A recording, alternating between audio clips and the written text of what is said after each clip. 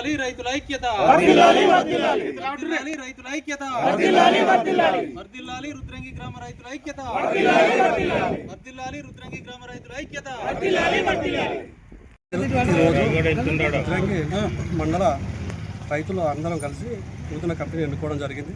ఇందులో అధ్యక్షులుగా, ఉపాధ్యక్షులుగా మరియు రైటర్గా అందరు రైతులు ఏకగ్రీవం చేసి ఎన్నుకొని ఇందులో రైతులకు ఎలాంటి ఆటంకం జరగకుండా మ్యాచర్ చూసుకుంటూ ప్రతి రైతును దృష్టిలో పెట్టుకొని అందరినీ న్యాయంగా పంపించడానికి న్యాయంగా పంపించడానికి కృషి చేస్తామని నేను చేస్తాను.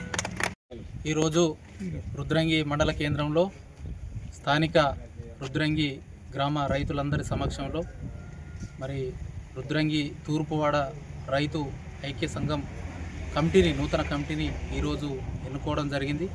మరి అందులో భాగంగా 5 సభ్యులను మరియు కోశాధికారి, అదేవిధంగా రైటరు మరియు కార్యదర్శి, ఉపాధ్యక్షులు, ప్రధాన కార్యదర్శి, అదేవిధంగా అధ్యక్షుడిగా నన్ను ఎన్నుకున్నందుకు రుద్రంగి గ్రామ రైతాంగానికి హృదయపూర్వక ధన్యవాదాలు తెలియజేస్తున్నాను.